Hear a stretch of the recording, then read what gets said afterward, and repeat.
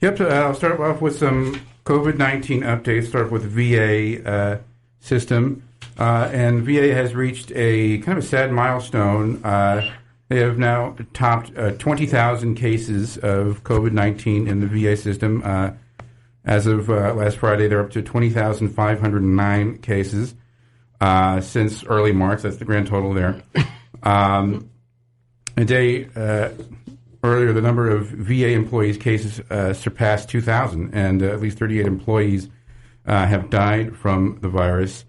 That is a number that always stops me cold. The 38 employees of the Department of Veterans Affairs died taking care of veterans in the VA facilities, and what an extraordinary sacrifice that is, and to be remembered. Absolutely. And also the death toll among VA patients sadly rose above 1,500 as of Friday. It's 1,573 have died of the illness. Now, the percent of fatal complications among VA patients who tested positive actually has decreased slightly, dropping below 8%. So a little bit of a good sign there. But troubling milestone is that the department announcing on Friday that it has gone above 3,000 active cases of coronavirus among patients for the first time since April. It's 3,094 to be specific. And a lot of this is happening in states like Florida, Arizona, South Carolina, where we've heard a lot of stories of COVID-19 cases rising in those states. So we'll update there on VA. And also an update on the Defense Department, active duty military. The Defense Department, the number of personnel affiliated with the Defense Department, the active cases have this week jumped to 18% from last week's number. It came out to 2,345 new cases this week, up from 1,793 last week. Most of those cases were among troops. And overall, what was it? What was the difference there in 1 week? That sounds like a big jump. Yeah, came out to 2,345 new cases this week, up from 1,793.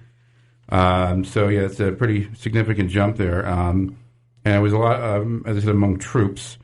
Since in March, 10,606 service members have been diagnosed, and an additional 4,971 civilians, dependents, and contractors have tested positive.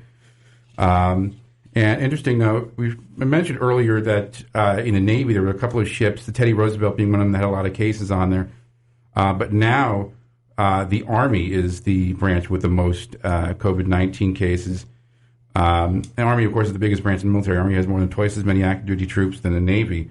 But as of Friday, the Army is reporting 3,226 cases, a jump of 20% over the last week, while the Navy is reporting 3,216, a 13% bump. So slightly higher in the Army. Well, that's what the Army's been concerned about, because the troops in basic training and in other training operations live in close quarters, work in close quarters. It's a it's a close quarters business, and so they're very concerned about the spread. I want to mention there's a story brewing. I don't know if it's going to. Apparently, Fox had it that the Navy put out a directive on Friday limiting the access that sailors, any member of the Navy or civilian employee, could have to go into religious services. They actually put out a listing. I've seen it, which is very, very restrictive on what Navy personnel can do off of post.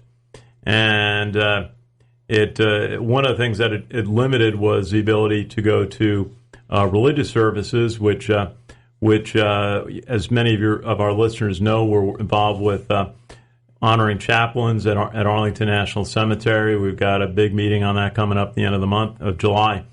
But this group was outspoken that Navy personnel could go to big box retail stores, but they couldn't go to religious services. Mm-hmm. And so watch the news on that tonight, the next couple of days, because I think that it's already been on Fox online, but I think you're going to see more about that very soon. And here in New York, a lot of churches have started to have services again. I know St. Patrick's Cathedral in Manhattan they had services yesterday.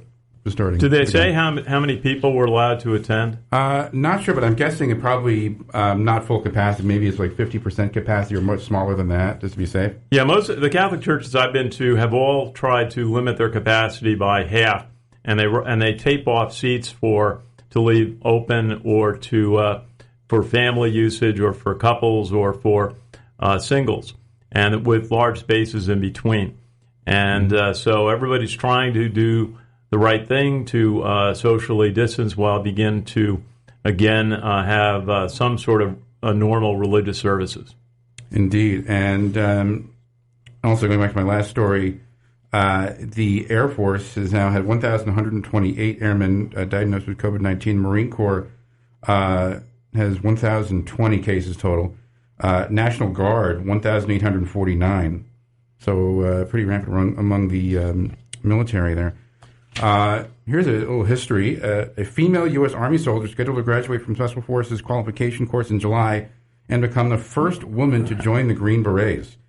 Now, in order to become a Green Beret, the Special Forces qualification course is a 53-week Q course made up of 6 phases, including training in small unit operation, advanced Special Force tactics, language training, and unconventional warfare. So it's a very, very difficult thing to complete, and we could see the first female Green Beret in July. Well, women who try to do those things are extraordinary. Anybody who does. But we meet women like that at West Point who have tremendous ambition to do everything in the military, in the Army, that anyone can do. Some of them tend to have backgrounds as like triathletes, so they're really in great physical condition for doing the extremely arduous training that someone in Special Forces or the Army Ranger program goes through. Hey, do you have another story? Yeah, well, this weekend is the 4th of July, and 1,700 troops will work in support of the Department of Interior with demonstrations in Washington and flyovers of historic U.S. cities and location. The highlight of this year's celebration will be the great cities of the American Revolution, including flyovers of Boston, New York City, Philadelphia, and Baltimore. And they haven't said what aircraft are going to be used, but they're described as a mix of current DoD and heritage aircraft. So we could see maybe the Air Force Thunderbirds or the Navy Blue Angels as part of the flyover. So yeah, Jack, why don't you check if you can get the schedule? We'll put it on our Facebook page, Sons of the American Legion Radio.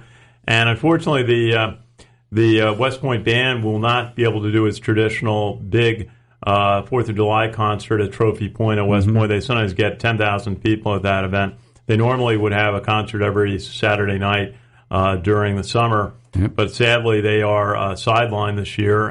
But I want to watch because I wouldn't be surprised. They'll come up with something. They'll do the 50 band members playing all from their living rooms on Zoom, and they'll figure out how to do it. They are really capable, and always a treat to hear.